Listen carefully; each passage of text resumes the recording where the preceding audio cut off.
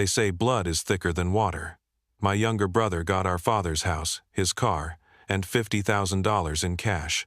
I got a rusty old lockbox with a letter inside that said, "Open this alone." That letter changed everything I thought I knew about my family. I'm 68 years old now, and I've spent most of my life being called the family disappointment. My name is Frank Mitchell, and this is the story of how I discovered that sometimes the child who's written off is the one who matters most. My brother Daniel was always the golden boy. Straight A's through school, full ride to college, medical school at Johns Hopkins. By the time he was 35, he was a renowned cardiac surgeon making $500,000 a year. Meanwhile, I barely graduated high school, spent 2 years in Vietnam, came back with a limp and nightmares, and worked construction for 40 years. Every family gathering was the same. Daniel saved 3 lives this week. Daniel just bought a lake house.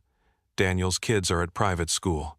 And then, almost as an afterthought, Frank's still swinging a hammer, bless his heart. That phrase, bless his heart. The Southern way of calling someone a failure while smiling. My father, Jack Mitchell, was a Marine. Korea, 1952. He understood what I'd been through in Nam, but he never talked about it. He was a man of few words, worked as a machinist for 35 years, and lived in the same small house in rural North Carolina his entire adult life. 3 bedrooms, 2 acres, nothing fancy. But it was paid off, and it was home. Dad started showing signs of dementia when he was 82. Little things at first, forgetting where he put his keys, calling me by his brother's name.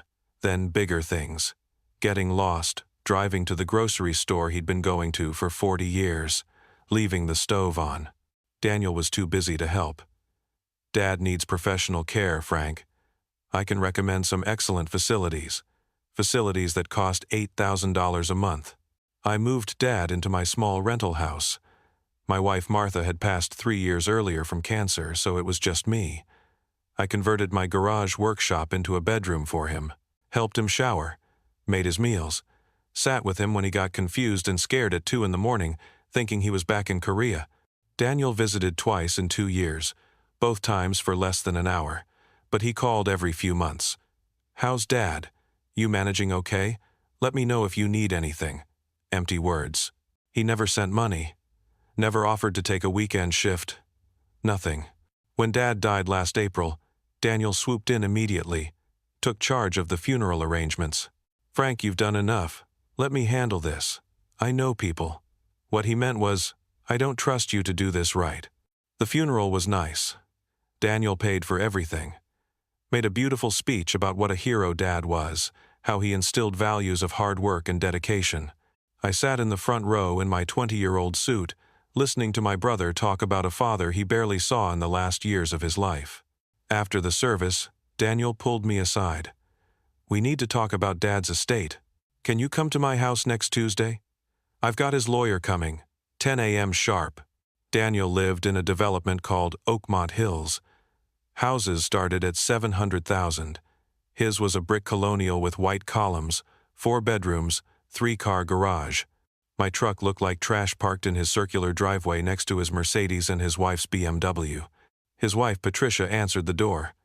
Gave me that smile. You know the one. The smile that says, "Oh, you're here." She led me to Daniel's home office.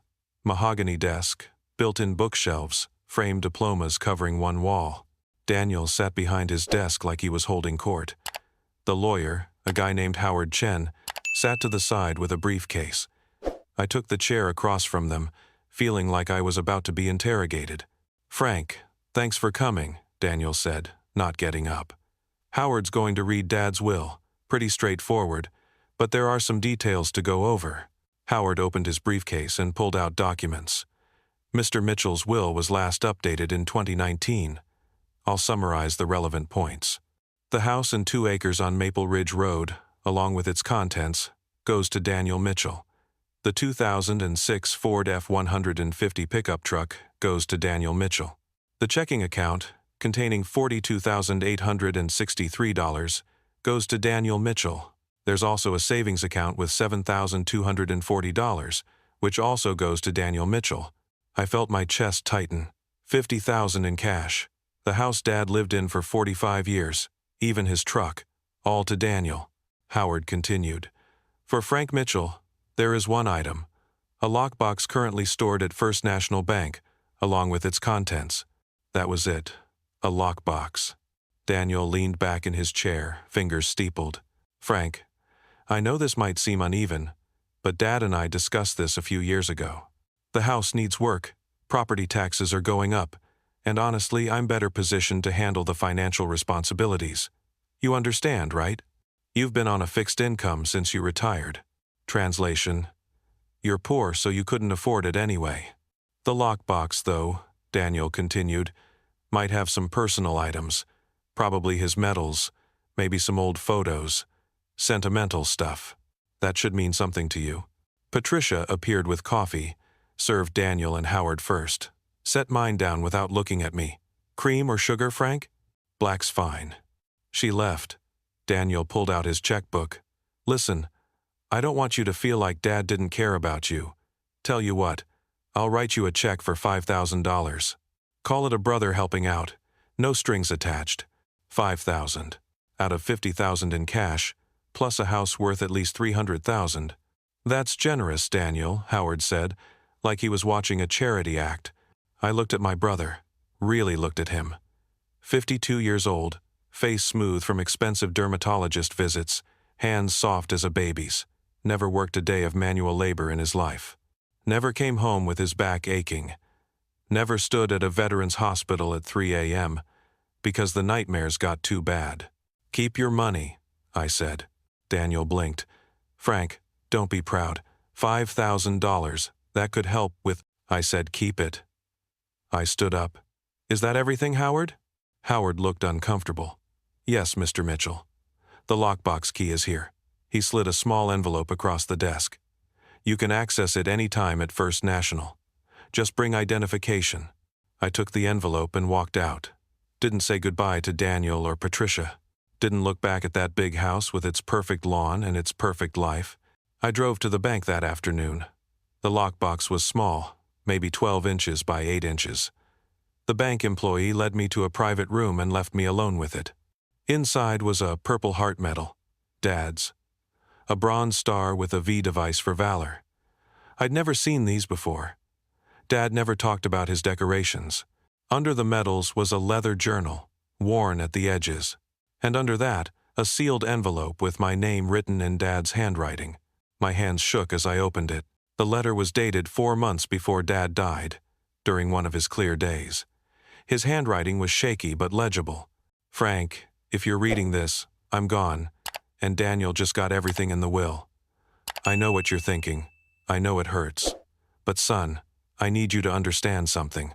That will was a test, and Daniel failed it before I even died. Let me explain. 5 years ago, Daniel came to me with a proposal. He wanted me to sell the house and move into a retirement home. Said it was for my own good, for safety. What he didn't say, but what I figured out later, was that he wanted to buy the property himself at a family discount, tear down the house, and build a spec home to flip. He had it all planned out. Would make about $200,000 profit. I said no. The house was my home. It was where I raised you boys, where your mother and I built our life. He got angry. Said I was being stubborn and stupid. Said I was too old to make good decisions. That's when I knew. Daniel doesn't love this family. He loves what it can do for him. You, Frank, you never asked me for anything. When your mother got sick, you took unpaid time off work to drive her to chemo appointments. When I started losing my mind, you didn't call it a difficult situation or suggest a facility. You brought me into your home. You gave up your workshop. You sat with me during the bad nights. I never told you this, but I knew what those nights cost you. I could see it in your eyes, the pain from your leg, the exhaustion, but you never complained. You just did what needed to be done because that's who you are. Now, the lockbox. The medals are yours because you earned them more than I ever did. Not in war, but in how you lived after it. In how you took care of people even when it hurt you to do so. But there's more. Look under the journal. There's a deed. I moved the journal aside. Underneath was a folded document, a property deed. The letter continued. That's for 40 acres of land about 30 miles from the house, up near the Virginia border. It was my grandfather's land, been in the family over 100 years. Mostly woods, a creek running through it. I kept it separate from everything else, never told Daniel about it. Was planning to tell both you boys eventually, but after Daniel showed his true colors, I changed my mind. I had the land surveyed 2 years ago, professional outfit. They found something interesting. The creek on the property, turns out there's a vein of high-grade quartz running underneath. Not just decorative stuff, industrial grade. Used in electronics, solar panels, all sorts of things. I had 3 companies look at it. Conservative estimates put the mineral rights value at around $2 million. If you lease it for mining, could pull in $50,000 to $75,000 a year for the next 20 years. If you sell the rights outright, you're looking at over $2 million easy. The land itself is worth about $300,000 with the creek and timber. But here's the thing, son. I don't want you to sell it if you don't have to. That land is our family's real legacy. Your great-grandfather homesteaded it in 1889. Your grandfather grew up there. I used to hunt there with my father. Daniel got the house because that's all he cares about. Property value, resale potential. But you get the land that matters. The land with roots, the land with value that goes beyond money. There's one more thing in here, a letter I wrote to Daniel. I want you to give it to him yourself, in person. Look him in the eye when you do it. He needs to know what I really thought of him. I'm proud of you, Frank. I know I never said it enough when I was in my right mind, but you turned out to be the man I hoped you'd be. Not successful by the world's standards, maybe, but successful by the standards that matter. Your brother is a skilled surgeon, but he's a poor excuse for a son. You're the opposite. Take care of that land. Maybe build a cabin out there. Maybe leave it wild. That's up to you. But know that it's yours because you earned it by being decent when nobody was watching. Love, Dad. I sat in that little bank room and cried. 68 years old, sitting there with tears running down my face, holding a letter from my father. A bank employee knocked softly. Mr. Mitchell, are you all right? Do you need more time? I'm fine, I said, wiping my eyes. Just give me a few more minutes. I composed myself and read the letter again. Then I looked at the deed. 40 acres in Grayson County, Virginia. Property map attached. I knew the area. Beautiful country. Rolling hills, lots of forest. I'd driven through there hunting years ago. There was one more envelope in the lockbox, sealed, for Daniel Mitchell, to be delivered by Frank. I put everything back in the lockbox except the letter to Daniel. That one I kept. I left the bank and sat in my truck for a long time. $2 million in mineral rights. Maybe more. Dad had known all along what he was doing. He'd watched both his sons, and he'd made his decision. I thought about just mailing the letter to Daniel, letting him discover what he'd missed out on through the postal service. But Dad had been specific. Look him in the eye. I called Daniel that evening. I need to see you tomorrow. It's about Dad. Frank, if this is about the money, I told you. It's not about money. Dad left something for you. I need to deliver it in person. He asked me to. Silence. Then, all right. Come by at 2 o'clock. I have surgery in the morning. The next day I drove back to Oakmont Hills. Patricia answered the door again, looking annoyed. Daniel's in his office. He was on the phone when I walked in. Held up one finger, making me wait. Finished his conversation, hung up. Okay, Frank. What's this about? I handed him the envelope. He opened it, unfolded the single page, and started reading. I watched his face change. Confusion first, then shock, then anger.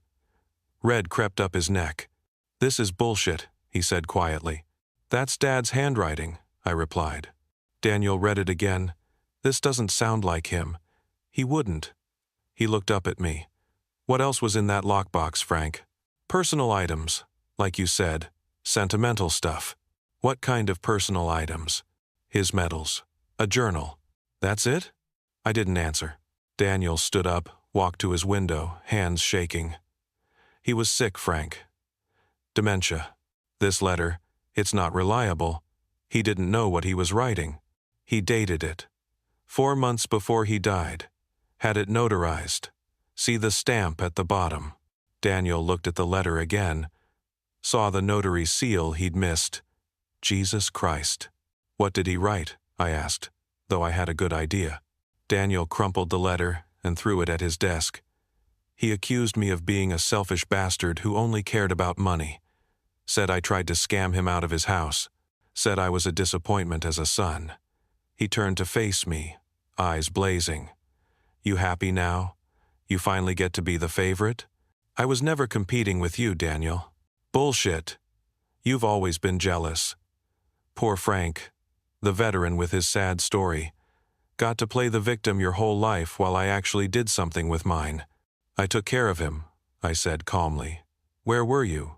I was working, saving lives. I couldn't just drop everything because Dad got old and confused. You couldn't visit more than twice in 2 years? Daniel's jaw clenched. Get out of my house. There's nothing else in the lockbox, Daniel. No property, no money, nothing you'd want. Just thought you should know what Dad really thought of you. I turned to leave. Wait, Daniel said. His voice was different, smaller. Was there really nothing else? I looked back at him. This man who'd had everything handed to him, who'd never struggled, never sacrificed, who thought love was something you showed up for when it was convenient. Just the medals and some old papers, I said. Nothing worth anything. I left him standing there in his expensive office, in his expensive house. 3 weeks later, I had the land properly appraised and the mineral rights evaluated. The quartz deposit was even better than Dad's initial survey. 4 mining companies bid on the extraction rights. The highest offer was $2.4 million for a 20-year lease, with royalty percentages that could push annual income to 6 figures depending on market demand. I accepted a more conservative offer from a family-owned mining company out of Bristol. $1.8 million upfront, $60,000 annual minimum royalty, with ethical extraction practices written into the contract. Dad would have approved. The land itself, with the creek and mature timber, appraised at $380,000. I was, on paper, worth over $2 million. I didn't tell anyone at first. Kept living in my rental. Kept driving my old truck. But I did some things quietly. I paid off the mortgage of my daughter from my first marriage. She'd struggled since her husband left. $40,000 gone overnight. She cried on the phone. Dad, where did you get this money? Your grandfather, I said. He wanted his granddaughter taken care of. I set up college funds for my 3 grandkids. $50,000 each. They'd never have to worry about student loans. I donated $100,000 to the VA hospital where I'd been treated for PTSD. Anonymous donation. Dedicated to overnight staff who worked with veterans in crisis. I bought the land next to Dad's 40 acres. Another 20 acres. Hired a builder to construct a small cabin. 2 bedrooms, big porch, overlooking the creek. Took them 4 months. I moved in last October. Every morning I have coffee on that porch and watch the sunrise over the hills. Some days I hike the trails I've cut through the property. Other days I just sit and listen to the quiet. Daniel found out about 6 months later. I don't know how. Maybe he hired an investigator. Maybe someone at the bank talked. Maybe he just put pieces together. He showed up at my cabin unannounced on a Saturday morning. I was splitting firewood when his Mercedes came up the dirt road. He got out and looked around. At the cabin, at the 40 acres of forest, at the survey markers for the mining operation that would start next spring. You lied to me, he said. I set down my axe. I answered your question. You asked if there was anything you'd want. There wasn't. This is worth millions. Yes. Dad left this to you on purpose. He knew what it was worth. Yes. Daniel's face twisted. Why? What did I do that was so terrible? I became a doctor. I saved lives. I was successful. You were successful at being successful, I said. But you failed at being a son. I visited when I could. I called. You called when it was convenient. You visited when you could fit it in. You suggested putting him in a home when he needed family. You never once asked how I was holding up taking care of him alone. Daniel sat down on the porch steps. He looked smaller somehow, older. I did everything right. he said quietly. Everything Mom and Dad wanted. Good grades, good school, good career. I followed all the rules. You followed the rules for success, I said. But you missed the rules for being human. We sat in silence for a while, birds singing in the trees, wind rustling through the leaves. The house is more work than I thought, Daniel finally said. Roof needs replacing, foundation has cracks. Property taxes went up. I'm thinking of selling it. Of course he was. Do what you want with it, I said. It's yours.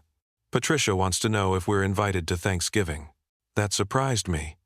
You want to come to Thanksgiving? My kids do. They've never been close to my side of the family. Patricia thinks it's important. I thought about it. About family. About what it means. About whether blood really is thicker than water. You're welcome to come, I said. But Daniel, if you come as family. Not as someone checking property values. Not as someone looking for an angle. You come to sit at a table and be grateful for what we have. Can you do that? He looked at me for a long time. I don't know. Then figure it out and let me know. He left without saying anything else. But 3 days later he called. We'll be there. 4 o'clock, okay? 4 o'clock's fine. They came to Thanksgiving. All of them. Daniel, Patricia, their 2 kids. My daughter and her kids came too. We squeezed around my small cabin table.